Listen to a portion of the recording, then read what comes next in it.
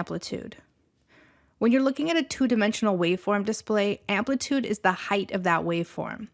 For audio signals, this equates to the sound's loudness. A quiet sound, like a whisper, will have a small amplitude, while a sound with a lot of energy, like a jet engine, has a larger amplitude. A good metaphor for amplitude is altitude.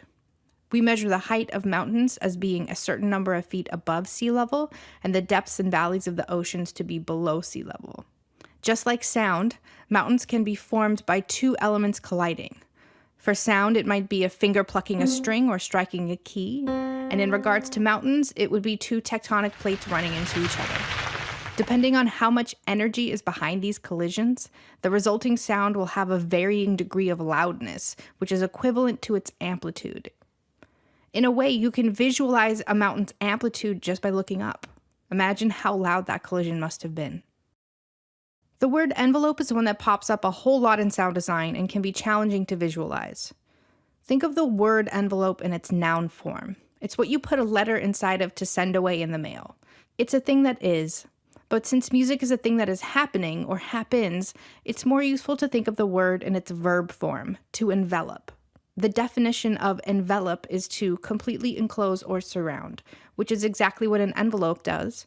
A paper envelope encloses a letter, and very much in the same way, the envelopes on a synthesizer or effect take an audio signal and wrap themselves around it, shaping and carving the sound from the moment it begins until it ends.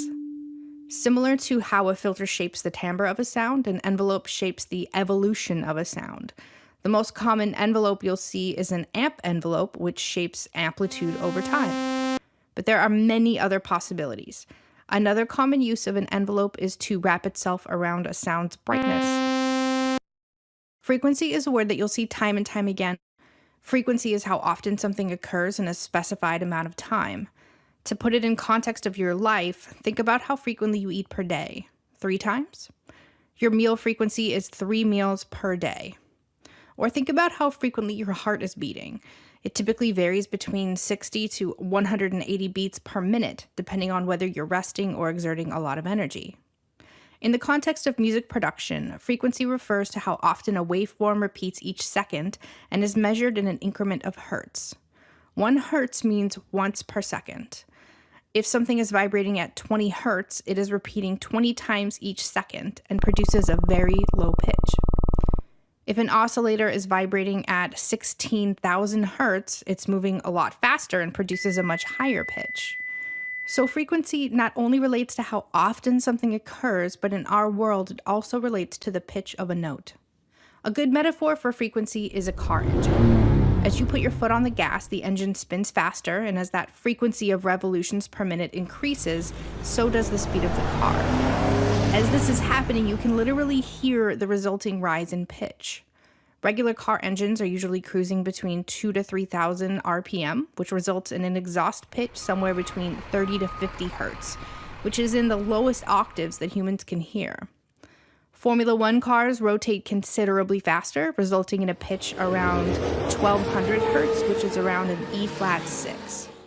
To reiterate, frequency is a measure of how fast a waveform vibrates, which is directly related to its subsequent pitch. Both of these ideas are important to keep in mind as you adjust the frequency parameter on any device. Oscillators are the part of your synthesizers that create sound. Think of them as throats. They produce electronic signal which creates a vibration that oscillates back and forth just like vocal cords. Oscillators use specific voices to sing with and emit waveforms such as sine, square, saw, and triangle, each with their own distinctive timbre. Some synthesizers only have a single oscillator, but others have several which can all sing at the same time, each with their own pitch or tone, creating layered and multi-timbral sounds. Filters are everywhere. They're in our water pitchers, our air conditioners, and our social media apps, just to name a few. We encounter them so often that they're almost like background noise. Speaking of background noise, we could use an audio filter to get rid of some of that. Let's correlate an audio filter to a kitchen strainer. We pour a pot of pasta into a strainer which separates the liquid from the solids. In our case, we're sending audio into a filter which is only allowing certain frequencies to pass through it, separating the ones we want from those that we don't. But as you might expect, filters are a bit more elaborate than kitchen strainers. Not only can we completely separate out frequencies we do not want, but we can also choose to only reduce their amplitude or increase them, allowing us to sculpt and shape the timbre of our sounds. Oscillators tend to emit very bright sounds, so often you'll see a low-pass filter used, which is allowing the low frequencies to pass through the filter and reach your ears while eliminating some of the higher, more harsh frequencies. Another word for timbre is tone. Timbre is the distinguishing characteristic that differentiates one sound from another, despite the fact that they might be playing the same frequency with the same amplitude. When we're describing a sound's timbre, we use words like sharp, round, reedy, brassy, or bright to describe them. Let's correlate timbre to flavor. Think of apples. They're a type of fruit that has a typical shape, color, and flavor, but inside the category of apples, there's a huge amount of variation. Some apples are very sweet, while others are more sour. Some are red, while others are green. They're all still apples, but each one with a distinct characteristic. Red Delicious is different from Macintosh, is different from Gala, is different from Honeycrisp. Even when describing one type, there might be variations from apple to apple. Same thing goes for sound sources. One category of timbre we use quite often is strings. Inside of the string family, we have violins, violas, cellos, and double basses.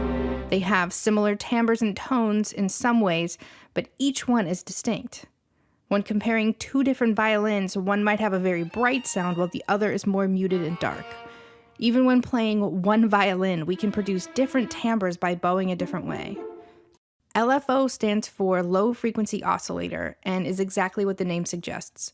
It's an oscillator which emits an electronic signal just like any oscillator, but its signal is at a very, very low frequency. So low, in fact, that it's often below the range of human hearing. You might ask yourself, why would someone create an oscillator which emits a sound we can't hear? And well, the answer goes back to the idea of vibrations.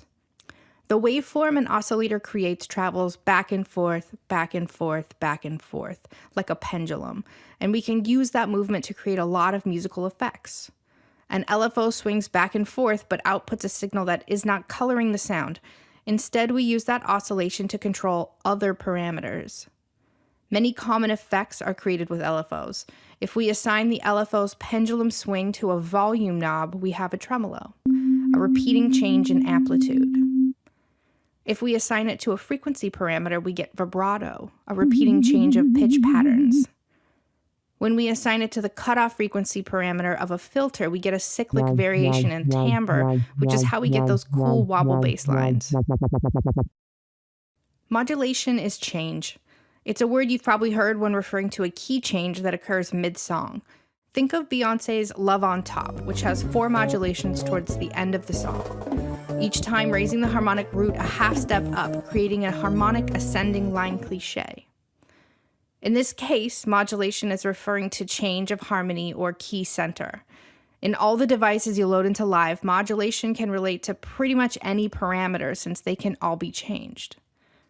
To tie two concepts together now, the most useful modulation of an oscillator is pitch, which is assigned to the keys on a keyboard, also known as key tracking. In the same way that Love on Top is moving in half steps, as we move up the keyboard note by note, we're modulating the pitch of an oscillator by a half step each time. An LFO uses its oscillator as a control signal to modulate other parameters. To go back to our previous examples, in order to create tremolo, we modulate volume at a certain rate or frequency. To create vibrato, we modulate pitch. And to create a wobble bass, we modulate frequency cutoff of a filter.